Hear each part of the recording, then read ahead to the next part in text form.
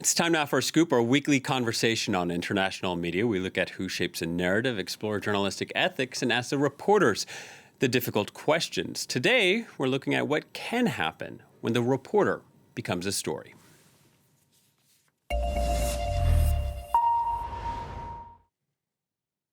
Journalist Olivia Nuzzi was a rising star. Now, after having interned for him, she dropped a report on the toxic workplace environment under Anthony Weiner, the New York congressman who was later jailed for exposing himself to a minor. Anyway, Nuzzi was a young, terrific writer. She worked at the liberal Daily Beast before becoming the Washington correspondent for New York Magazine and amassing a following online. She and her boyfriend, Ryan Lizza, another hotshot political journalist at The New Yorker, were writing a book together about the 2020 election. And then it was revealed that she had an inappropriate relationship with a 2024 presidential candidate she was profiling.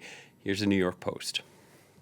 So fast forward to 2024, and CNN breaks the news that Olivia Nuzzi has been having an affair with Robert F. Kennedy Jr. back in 2023. Olivia had sent Kennedy demure news. Details of their sexting were nutsy. He had texted her that he wanted to control her and impregnate her. Whew. And also, the New York Post had exclusively reported these two had incredible FaceTime sex. She also reportedly bragged to her friends that he had incredible stamina. Olivia confirms the story's true, but it never got physical. 1 month later, she was fired. Nuzzi disappeared from social media for nearly a year until she resurfaced in September to announce she was joining Vanity Fair. Last month, she was profiled by the New York Times with a glitzy feature ahead of the release of her memoir, American Canto. In the meantime, her estranged ex, Ryan Lizza, has been doing his own tell-all in an 8-part series published on Substack, including revealing some of RFK's private messages to Olivia. The Daily Beast assessed what's being called poetry, a warning this is raunchy, corny, and bad. I'm going to try and read it with a straight face. It's quite difficult. Your open mouth awaiting my harvest. Drink from me, love. He continues. I mean to squeeze your cheeks, to force open your mouth. Sounds really kind of fun, doesn't it? I'll hold your nose as you look up to me to encourage you to swallow. I don't know what he's referring to here. Don't spill a drop. I am a river, you are my canyon. I mean to flow through you. Oh, I mean to subdue and tame you, my love. This is a type of story that would have been perfect for Gawker, the long-shuttered website dedicated to gossip, media, and celebrity. Just consider this lead from Brian Phillips. Quote, there's no way around it. If you read this article, you're going to have to imagine RFK having an absolutely eyeball-melting orgasm. You're going to have to imagine a sweaty, leathery man in his early 70s bellowing like a Spartan. What does it sound like when RFK bellows? I'll go out on a limb and say it's gritty. His normal speaking voice is basically a garbage disposal. When the big one hits, it must be like tossing a fork in. Now, in another post, Ryan Lizza claimed that years before the inappropriate relationship with RFK, Nuzzi also had an affair with another presidential candidate, Mark Sanford. And this guy was seriously the inspiration for a sex-obsessed politician on the hit show Parks and Rec. It was an entertaining character. Take a look. And to my wife, I apologize. All I can say is, I wasn't just having sex. I was making love to a beautiful woman and her boyfriend, and a third person whose name I never learned. Furthermore, it was wrong of me to say I was building houses for the underprivileged when I was actually having four-way sex in a cave in Brazil. Now, about the same time as Elizabeth's revelation about Sanford, Vanity Fair published an excerpt of Nuzzi's memoir, along with a strange, abstract image of Nuzzi naked, one of Vanity Fair's own employees in the buff. Now, rather than rehabilitate Nuzzi's own reputation, rather than avoid controversy, the magazine and Nuzzi seem to be courting it. Here's Oliver Darcy from Status. A lot of strange decisions, I'd say, at Condé Nast. Hard to say that they didn't know that they might be in a position like this, given Olivia's well-documented history. It's also their job, I think, if you're hiring someone like this, to vet them pretty well, to say, hey, you know, obviously there was that whole RFK thing, but if we hire you, is there anything else that we should know about that could come out that would embarrass the publication. Instead of Ryan Lizza cutting off the limb with one, swell foop of the knife, he is cutting it up in pieces to cause maximum pain to Olivia. It's also at the same time causing maximum pain, I think, to Condé Nast and Vanity Fair. Are they, from a journalistic standpoint, okay with someone who has breached basic journalistic lines seemingly more than once? Let's bring in our guest, Helen Lewis. She's a journalist at The Atlantic. Hello to you, Helen. Thank you for patiently waiting there. You just reviewed American Canto. The headline of your piece says Olivia Nuzzi's Tell Nothing memoir. So if it tells nothing, tell us what was actually in the book. Well, it's a kind of collage, really, of her time spent covering Donald Trump. And her essential thesis is that she kind of went mad doing this. She was talking to people who were fabulous, who were making stuff up, who were lying all the time. And she said it reminded her of living with her mother, who she says was mentally ill and alcoholic. And she says as a child, she learned to deal with these situations where you weren't really sure what was true and what was false. And you had people who were very much kind of living a lie.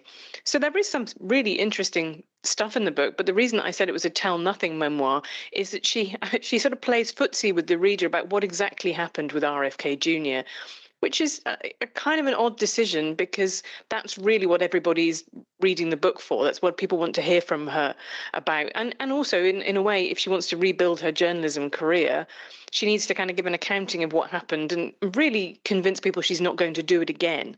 And instead, she's written a very opaque kind of reflections on a figure she calls the politician. She doesn't even name him, and doesn't really ever kind of actually tell you what happened exactly. Yeah, that's all very disappointing because, as you say, that's why so many people were looking forward to this book. The fact that it failed to deliver, all the more surprising when you look at how it was promoted. Helen, you're an author. You wrote the book, Difficult Women, An Imperfect History of Feminism. I'm going out on a limb here, and I'm guessing you did not have a naked painting of yourself to promote your book.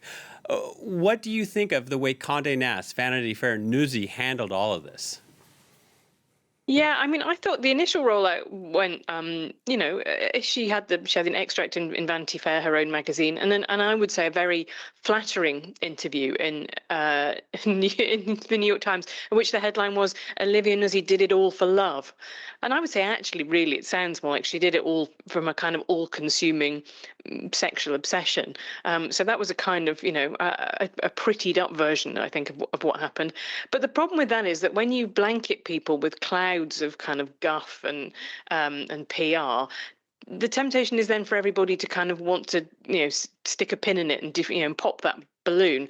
So, I think the reviews have been tough. I really tried to be fair in mine and talk about what I think is good in the book. I think she is a good reporter. She's a good writer at times. The trouble for me was that she doesn't really want to tell you what happened with RFK Jr. And so the prose gets very kind of queasy and defensive and actually as a result kind of overwrought and purple. There's a line about, as the coyote, my heart cries, which was just, I'm afraid, a bit much for me. Yeah, and we should say that she was widely acclaimed as a great writer, brilliant writer when she was working in Washington. So the way this book's being picked apart, it's, as you say, related to the contents of it. Let me ask you, in the meantime, so Nuzzi's been skewered from a lot of people.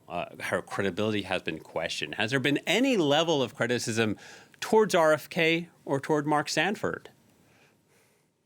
Well, Mark Sanford is out of public life. He's Right. not in office or running for office. So I'm not surprised that there's been very little commentary there.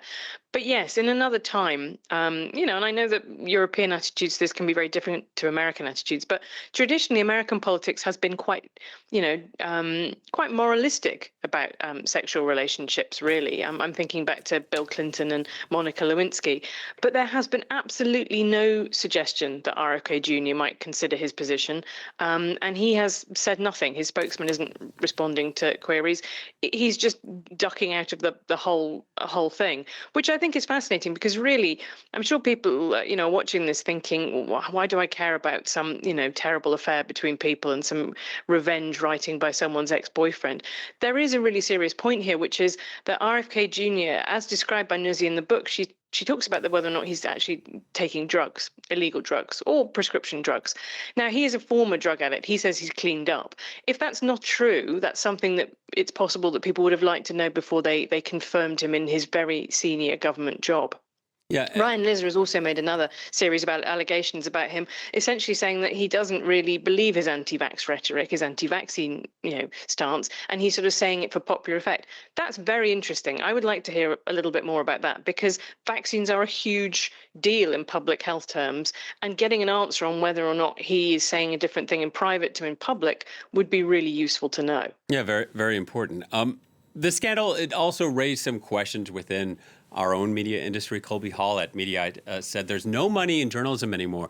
No fame, no glamour, no prestige, but there's lots and lots of money in media being a brand, an influencer, a personality. We stopped paying journalists and started rewarding performers, essentially saying we don't have to like what she did, but she did play the game well, and that this is sadly where journalism might be headed. Do you agree? I mean, I think he makes a really good point there. I don't think, to me, that isn't playing the game well, because, she even writes in the book about the fact she was famous and people knew her and expected a certain kind of thing from her writing, expected her to be a character in these stories. It got in the way of her ability to report. She has this line about how it's very hard to be a fly on the wall when people want, selfies with the fly, and they just love the fly, and they want to, phone up their grandchild and say that they're with the fly. And it's something that I definitely feel in my reporting too. There is a real balance between wanting to disappear and just be a neutral observer, and the way that people, I think, increasingly demand to hear their news from individuals, from characters. They trust people often by watching news on video rather than reading it. And then therefore the kind of importance of the brands, to some extent, has, the legacy brands has diminished and the creators have come up. I don't think that's a wholly good thing. One of the other things that's been happening in American journalism this week is that the Pentagon reporters, so the national security reporters in America, all of the ones from the New York Times, The Atlantic, the BBC, everywhere else, refused to sign a document essentially limiting what they could report. And so they got kicked out of their desks in the Pentagon, and a load of MAGA influencers came in instead. And they seem to spend most of their first day taking selfies of themselves, going, look, here's me in the briefing room, which is a kind of, a very modern creator brand-led approach to journalism, that it's about you as a person being in the room rather than being judged on the quality of the stories that you're writing. And so, yeah, I think he's absolutely right. I hate it and I don't like it. All right. Thank you very much, Helen. Helen Lewis from The Atlantic. Thank you for your time. And that brings us to our quote of the week. Marina Hyde says, literally nothing on this earth takes itself as seriously as American journalism. The Guardian columnist wrote, American newsrooms seem bent on playing it like they're in the midst of some boring ethics crisis when you can't help feel that ship has sailed. In your great nation, Donald Trump has now become president twice, so do at least have the delicacy to realize that once dignity has gone, a good laugh is how the rest of us get by. That's it for this edition of Scoop. Thank you for watching, and please stay tuned to France 24.